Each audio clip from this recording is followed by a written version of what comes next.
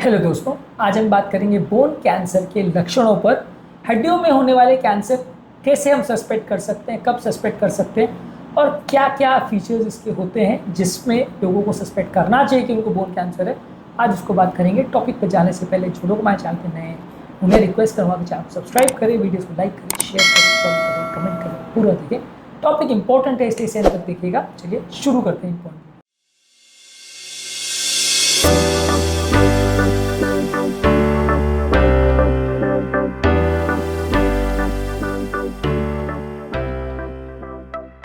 सबसे पहले अगर हड्डियों में आपको दर्द हो रहा है, जो कि सबसे कॉमन लक्षण है, किसी स्पेसिफिक जगह पे दर्द हो रहा है जो कि धीरे धीरे करके बिगड़ता जा रहा है, तो ये कैंसर का लक्षण हो सकता है। हर दर्द जो हड्डी में हो रहा है सबको कैंसर हो गया ऐसा नहीं कह रहा हूँ, पर अगर किसी व्यक्ति को हड्डियों में दर्द हो रहा है, वो टाइम के साथ बिगड़ रहा है और खासकर अगर रात के टाइम पर ज़्यादा पेन हो रहा है और रेस्ट से या कोई स्पेसिफिक दवा लेने से भी इतना आराम आपको नहीं मिल रहा है, तो भी आप उसको सस्पेक्ट कर सकते हैं और एटलीस्ट स्कैन करा के देख लेना चाहिए। खासकर अगर किसी व्यक्ति को अगर पेन है आर्म्स में, यानी हाथों में, पाँव में, पीठ में अगर दर्द हो रहा है, तो ज़्यादातर हड्डियों में कैंसर होने का चांस हो सकता है। अगर कंटिन्यूस किसी एक पर्टिकुलर पॉइंट पे आपको बार बार दर्द हो रहा है तो कैंसर का लाइन हो सकता है, आपको जांच कराना चाहिए। इसके अलावा अगर आपको किसी पर्टिकुलर जगह में कोई स्वेलिंग या लंप दिख रहा है जो कि छूने में बहुत ज़्यादा हार्ड महसूस हो रहा है, तो वो एक साइन हो सकता है। इसके अलावा कई बार वो लंप स्किन के ऊपर से भी दिख सकता है। अगर बहुत बड़ा मास है तो हालांकि काफ़ी बड़ी ट्यूमर या कैंसर में ही होगा, लेकिन अगर कोई लंप ऊपर से दिख रहा है और खासकर अगर वो छूने पे काफ़ी ज़्यादा दर्द होता है उस हड्डी पर, तो वो एक कैंसर का साइन हो सकता है। जांच की आवश्यकता है। अगर किसी व्यक्ति को सडन फ्रैक्चर हो रहा है, पर्टिकुलर जगह पे ही बार बार फ्रैक्चर हो रहा है, तो वो कैंसर का साइन हो सकता है। ऑब्वियसली जब हम कैंसर की जांच करते हैं या फ्रैक्चर की जांच करते हैं तो उसमें एक पर्टिकुलर एरिया को तो हम इवैल्यूएट करते ही हैं, पर लेकिन स्पेसिफिकली कैंसर के लिए देखें तो ज़्यादा ज़रूरी है, खासकर बिना कारण के या छोटे से ट्रॉमा पर अगर फ्रैक्चर हो गया तो।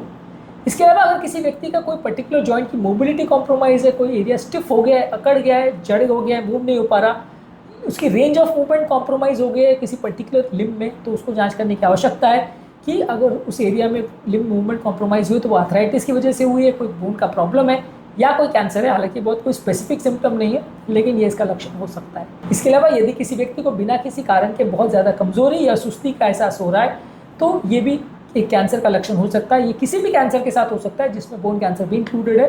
यदि कोई व्यक्ति को अनएक्सप्लेन वेट लॉस हो रहा है, बिना डाइटिंग किए, बिना कोई काम किए या बिना एक्सरसाइज किए अगर वेट लॉस हो रहा है जो कि ज़्यादा है, जितना एक्सपेक्टेड है उससे ज़्यादा वेट लॉस हो रहा है, तो ये भी कैंसर का लक्षण हो सकता है। यदि किसी व्यक्ति को रात को बहुत ज़्यादा बुखार आ रहा है और खासकर रात को पसीना आता है, यानी नाइट स्वेट्स के साथ अगर लो ग्रेड फीवर बार बार आ रहा है, तो ये भी कैंसर का लक्षण हो सकता है। हालांकि फीवर के 50 और कारण भी हो सकते हैं, पर ये इसका एक लक्षण हो सकता है।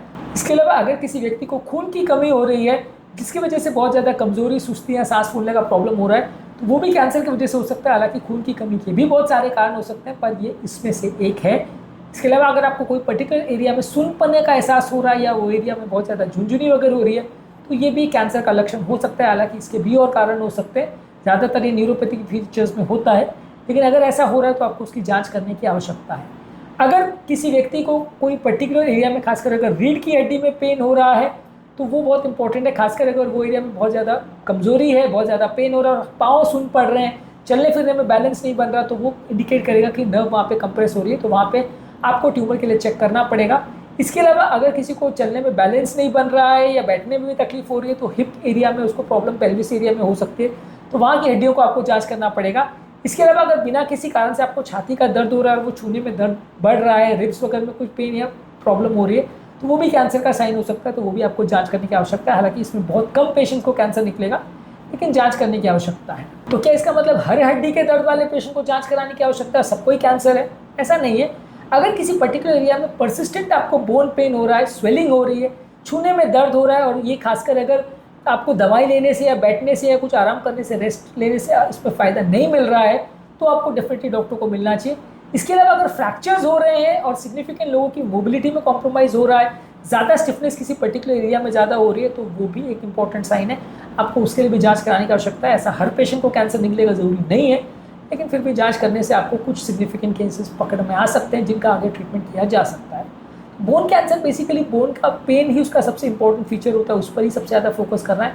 यदि किसी व्यक्ति को, खासकर जिसको रिस्क फैक्टर्स हैं और वैसे व्यक्ति को अगर बोन पेन हो रहा है, तो आपको जांच करने की आवश्यकता है। अगर किसी को पहले से कैंसर की हिस्ट्री है और पहले से उसका डायग्नोज केस ऑफ कैंसर है, उसको अगर न्यू ऑनसेट बोन पेन हो रहा है, तो डेफिनेटली ज़्यादा जांच करने की आवश्यकता होगी, क्योंकि वैसे लोग को नया कैंसर होने का या कैंसर के हड्डी में स्प्रेड होने का चांस ज़्यादा है, ज़्यादा सतर्कता रखनी पड़ेगी। आज के टॉपिक में हमने बात करी बोन कैंसर के लक्षणों पर, इनके बारे में जानना समझना और सही समय पर इनको डिटेक्ट करना ज़रूरी है। सही समय पर इसको डिटेक्ट किया तो ट्रीटमेंट करना आसान हो सकता है, अगर लेट किया, वेट किया और कैंसर बढ़ गया तो फिर संभालना कई बार मुश्किल भी हो सकता है। उम्मीद करूँगा कि आज के टॉपिक में कुछ नई बातें जानने को मिली होगी। जो लोग हमारे चैनल पर नए हैं उन्हें रिक्वेस्ट करूँगा कि चैनल को सब्सक्राइब करें, वीडियोज़ को लाइक करें, शेयर करें, फॉलो करें।